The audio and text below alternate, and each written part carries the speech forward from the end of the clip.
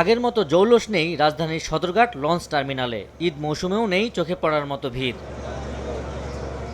তবে শেষ দিকের ঝামেলা এড়াতে অনেকেই আগেভাগেই ছুটছেন বাড়ির দিকে। ভাড়া না বাড়ায় খুশি তারা। জাম হবে, এই জন্য বাড়ি যেতে কষ্ট হবে, এই জন্য আগে বাড়ি যাচ্ছি। বাড়িতে আমাদের সবার সাথে ঈদ করবো, এই চিন্তাই আগেভাগে দেশের। ঈদে যে মানুষ ঘরমুখী মানুষ, এখনো ওইরকম চাপ বাড়ে নাই, আর ভাড়া আগের যেটা ছিল সেটাই আছে। আগেরটাই আছে, হয়তো হালকা একটু বেড়েছে। লঞ্চ মালিকদের দাবি, পদ্মা সেতু চালু হওয়ার পর থেকেই দক্ষিণাঞ্চলের নৌ রুটে কমেছে যাত্রী। তবে ঈদের ছুটি শুরু হলে ভিড় বাড়ার আশা তাদের। আমার মনে হয় যতজন আমরা স্টাফ আছি টার্মিনালে ততজন যাত্রী মনে হয় না যে আছে।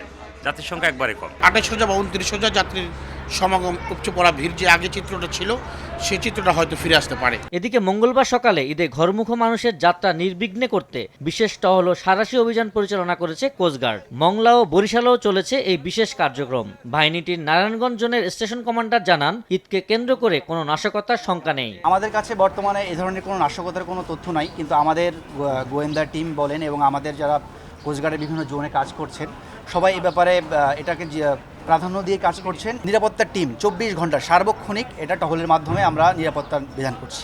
দুর্ঘটনা রোধে লঞ্চ পরিদর্শন সহ যাত্রীদের নিরাপত্তায় কুইক রেসপন্স টিম কাজ করবে বলেও জানিয়েছে কোস্টগার্ড। আবু সাইদ নিশান, সময় সংবাদ, ঢাকা।